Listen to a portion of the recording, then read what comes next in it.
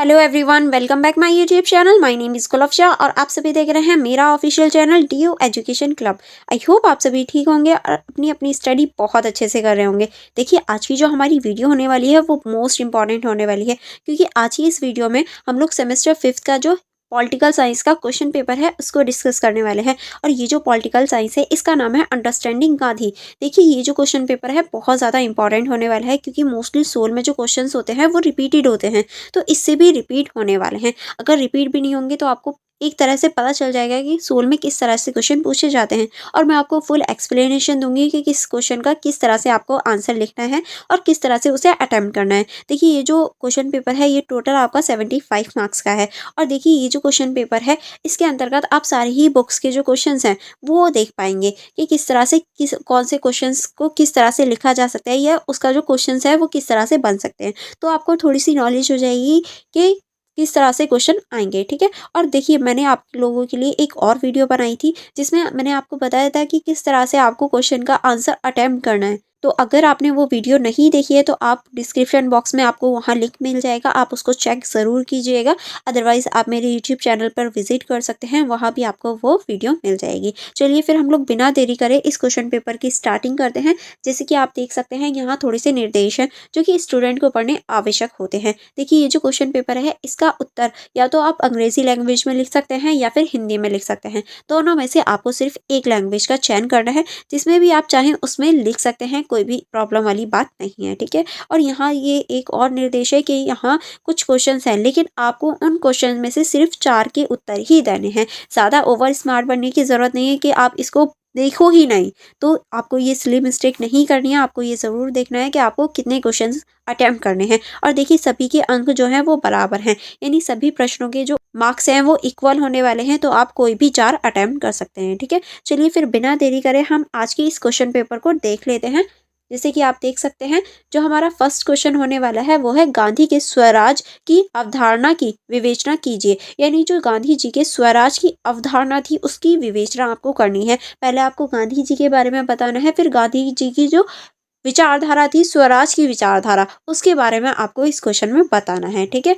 चलिए आगे बढ़ेंगे। आगे है हमारा क्वेश्चन नंबर 2, जो कि है सत्याग्रह से आप क्या समझते हैं, गांधी द्वारा प्रतिपादित इसकी मूल्य अभिधारणाओं की विवेचना कीजिए। यानी आप सत्याग्रह से क्या समझते हैं और गांधी जी द्वारा जो इसको प्रतिपादित किया गया था, इसको चलाया गया था, इसकी जो अवधारणा है उससे आप क्या समझते हैं। तो पहले आपको सत्याग्रह के बारे में बताना है, फिर आपको थोड़ा सा गांधी जी के बारे में बताना है, फिर गांधी जी द्वारा जो सत्याग्रह चलाया गया था उसकी विशेषताएं, उसका महत्व और उसका क्या परिणाम निकला वो भी आपको इस क्वेश्चन में बताना है। ठीक है। चलिए आगे बढ़ेंगे। आगे हम हमारा थर्ड क्वेश्चन होने वाला है, इसको चेक कर लेते हैं। देखिए, जो हमारा थर्ड क्वेश्चन है वो है स्वदेशी से आप क्या समझते हैं, समकालीन समय में गांधी के स्वदेशी के विचार की प्रासंगिकता की विवेचना कीजिए। यानी स्वदेशी से आप क्या समझते हैं। स्वदेशी का अर्थ ये होता है कि स्वयं के देश की चीजें, यानी जो हम इसका हम स्वयं उत्पादन करते हैं वो स्वदेशी चीजें होती हैं। तो उसके से आप क्या समझते हैं ये आपको बताना है। और समकालीन समय में जो गांधी जी की स्वदेशी विचार है उसकी जो प्रासंगिकता है उसकी विवेचना आपको करनी है। यानी आज के टाइम पे जो गांधी जी की स्वदेशी विचार थे उनके बारे में आज की जो प्रासंगिकता है वो आपको इस क्वेश्चन में बतानी है। आई होप आपको ये क्वेश्चन अच्छे से समझ में आ गया होगा।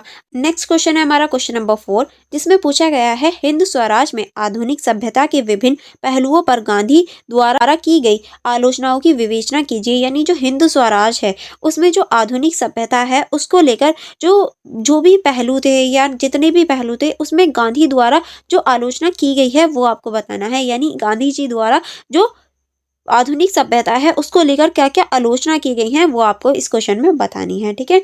नेक्स्ट है हमारा क्वेश्चन नंबर 5, जो कि पूछ रहा है गांधीवादी चिंतन में राष्ट्रवाद की अवधारणाओं का आलोचनात्मक परीक्षण कीजिए। यानी इसमें आपको गांधीवादी जो चिंतन है उसमें जो राष्ट्रवाद की अवधारणा है उसका आलोचनात्मक परीक्षण करना है, उसके बारे में आपको सारी चीजें बतानी है। यानी राष्ट्रवादी जो अवधारणा है उसके बारे में आपको डिटेल में इस क्वेश्चन में बताना है। ठीक है।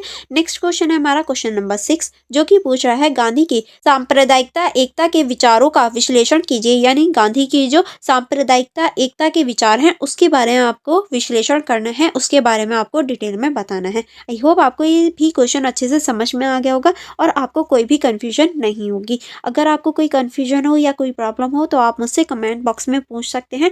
एंड यहाँ आपका पूरा ही क्वेश्चन पेपर डिस्कशन कंप्लीट हो जाता है। फॉर मोर कनेक्टिविटी आप मेरे टेलीग्राम ग्रुप को ज्वाइन कर सकते हैं, आप मेरी इंस्टाग्राम आईडी को चेकआउट कर सकते हैं। एंड अगर आपको कोई भी कन्फ्यूजन हो तो आप मुझसे कमेंट बॉक्स में पूछ सकते हैं। एंड मैंने बहुत सारे जो सब्जेक्ट हैं वो कवर किए हैं, अगर आप उनमें उन्हें पढ़ना चाहते हैं एंड सेल्फ स्टडी करना चाहते हैं तो आप मेरी यूट्यूब की मेंबरशिप को ज्वाइन कर सकते हैं। अदरवाइज मेरी वीडियो को लाइक करना एंड अपने फ्रेंड्स के साथ शेयर करना मत भूलिएगा। चलिए फिर मिलेंगे नेक्स्ट वीडियो में। Thank you for watching everyone.